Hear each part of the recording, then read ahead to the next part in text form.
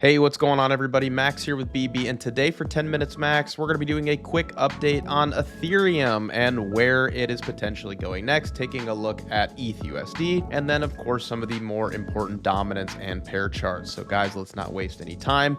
Let's get right into it, and while I'm transferring over here, guys, do me a solid. Please hit that like button and also subscribe to the channel if you haven't yet. Okay, so right now we are looking at ETH, guys. Now we're going to start ultra high time frame, and I think that's the most important thing to focus on. Generally, it should be everybody's primary focus, but especially right now because the chart looks like this on the weekly time frame, but I see everybody kind of down here being like, "Oh no, we just had like a little Monday sell off," and like, look, I get it. We're going to talk about that too, but this is where your focus should be. So let's look at it this way, okay?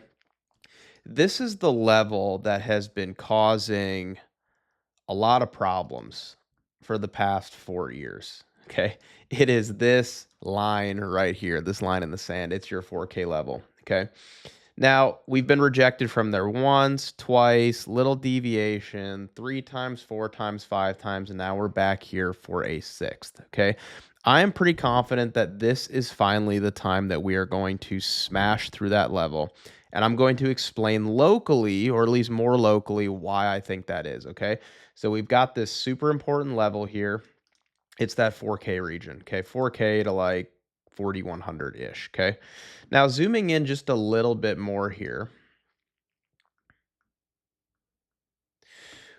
we're going to draw a range, okay? So basically, since this first top here, March, this is the range that we've been operating in, all right? So we've got range high, range low, range high, obviously some clean interaction with the mid-range, giving, nice confirmation that this is a valid range. And what we saw over here, basically back in, between March and May, so let's just say March through April, is we saw this giant deviation, okay? We saw this giant deviation. I'll put this in linear mode, okay? Now, one thing that I always preach on this channel is ranges love symmetry. All right. A lot more times than not, when you get a deviation of one side of the range, whether it's the range high or the range low, it doesn't matter. It's more times than not met with an equal or symmetrical deviation to the opposing side of that range. All right. So, what I'm basically expecting now is some type of expansion up into this region. All right, up into this region. And I think it's really important to recognize that like we've had a perfectly symmetrical range, we had a capitulation event, and now we're probably going to have a symmetrical overshoot to the opposing side. And why that's so significant is when we finally get up into the second deviation, you've actually cleared the entirety of this sticky region here. This 4,000 to, 4,100 region. Then you finally conquered it once and for all, right? So any, BS that occurs up in here, if we get into the second deviation, is actually looking more like reacceptance back into our all-time high supply region, which let's just say it's like right here. This was the all-time high supply region, right? We don't need to necessarily keep it. But when an asset curls its way all the way back up into its all-time high supply or previous all-time high supply, it's more or less viewed in my eyes, and I believe the eyes of most market participants, as a reacceptance into a major supply region, which then is no longer supply, right? So I'm looking for this symmetrical deviation to take form here. Okay, very much so. Now, let's move over and look at some other charts here, okay? Let's look at, we're going to look at a couple different ETHBTC charts, okay? So first one here is just normal ETHBTC, just spot ETHBTC. This has been a pretty powerful move here, okay? So you've basically retraced the entirety of last cycle. My hope for it, not that this really matters, is that this chart doesn't become some giant oscillator where it's like, just losing steam every cycle and just, bleeds forever against Bitcoin. I have higher hopes for ETH, but at the end of the day, I don't really care. We'll just play it cycle by cycle and just see what happens, okay? But you've basically come back into like the point of origin of last cycle, right? This was your, truly extreme mega demand zone, which was right here. Okay. This has been a full cyclical reset. Like this is your do or die. You should be holding here. Look at the reaction off this level. I mean, it's significant, right? We can pull up RSI as well, and you can see, how oversold we truly were. Looking at the weekly chart right here, you can see that weekly RSI dipped all the way to 23, which was actually lower than the low on the weekly RSI of last cycle, which was at about 25. It's the lowest that it's ever been on the Binance chart. Okay. It's the lowest that it's ever been. We can look at the monthly chart. ETHBTC monthly has never been this low. Okay. The monthly chart also went to 24. So some cyclical tops that we've seen the previous two cycles were first cycle, we went to 86 on the monthly, and then we went to 69. That's hilarious. And then, this cycle, I mean, we're not even at the 50 yet, right? We're not even at the 50 yet. So just looking at RSI here, like let's look at the 2-week quickly. The real fun has begun for Ethereum against Bitcoin when, weekly or 2-week RSI has gotten above the 50. Okay. I'll just show you a couple little examples here. Okay. Right here. And right now we're just flirting with it. We haven't even done it yet. Right? We haven't even done it yet. So all I'm saying is like you're coming out of a historically oversold region, you know, and I just don't think it makes sense to be bearish ETH BTC much longer. Okay. I actually don't think it makes sense to be bearish ETH BTC at all any longer. Now I'm going to show you a new ETH BTC chart here that I have talked about this on Market Check, but I don't think it's very well known at this point. Okay. So this is ETH BTC, but we're using the CME futures for both ETH and Bitcoin here, okay? So ETH BTC has been around for a while, but CME futures and the CME group offered futures trading beginning for Ethereum here late last cycle in like Q1 of 2021. So as far as the boomers are concerned, ETH BTC, as it's been really tradable to them through their legacy products and vehicles, has only been available since this point.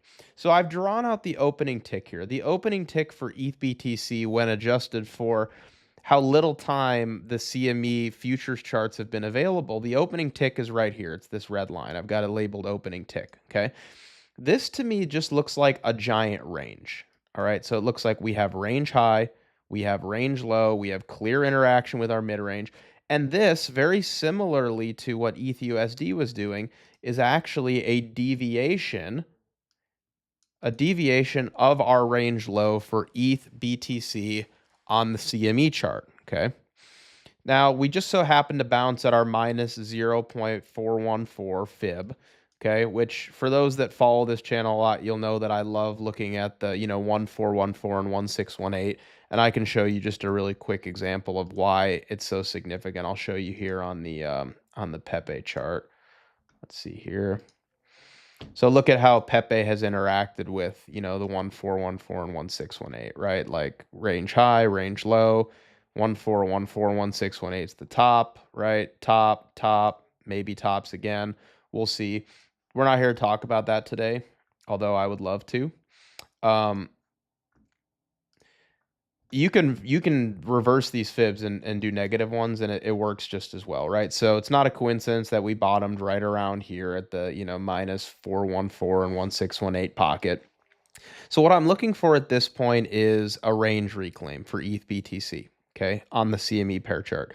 I'd be looking for some more chop here, re-entering the range. And when you re-enter the range, I'm expecting quick expansion to the top side.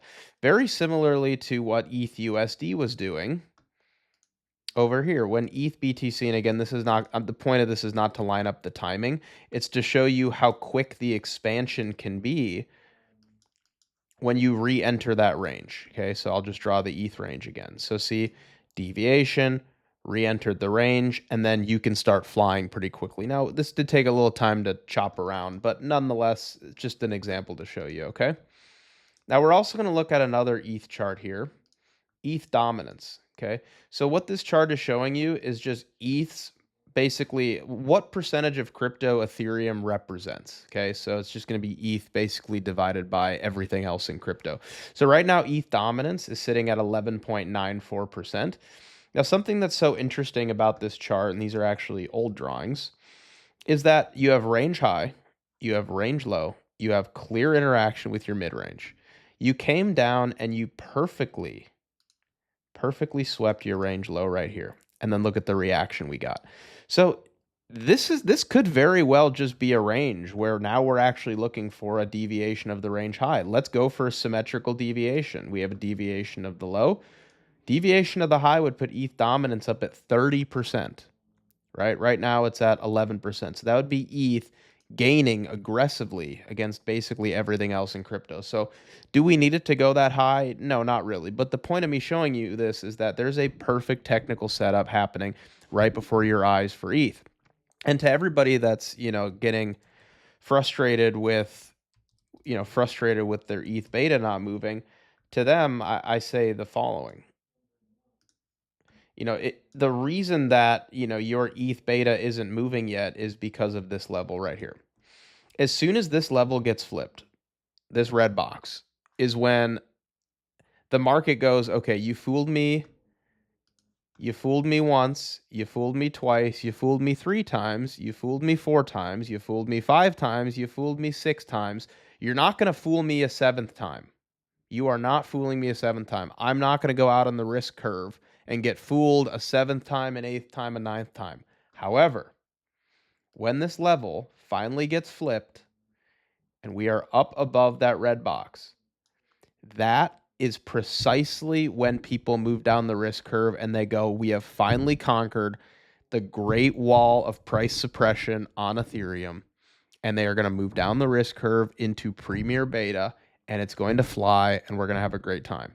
But they've been fooled 6 times. We've been fooled 6 times by this red box. When the red box gets flipped is when your beta moves, not a day before. Guys, thanks so much for being here. See you next time.